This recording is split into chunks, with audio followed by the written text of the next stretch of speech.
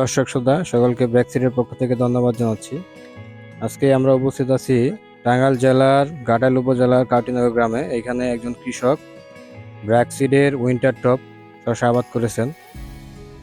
আমরা ওই জমিতে আজকে উপস্থিত আছি, আপনাদেরকে একটু দেখানোর চেষ্টা করতেছি যে কি পরিমাণ শসা আপনার ধরেছে। ও প্রতিটা গিটে গিটেই শসা আছে, যে এখানে যদি একটু দেখাই, প্রতিটা গিটে গিটেই আপনার হচ্ছে শসা দেখতে পাচ্ছেন।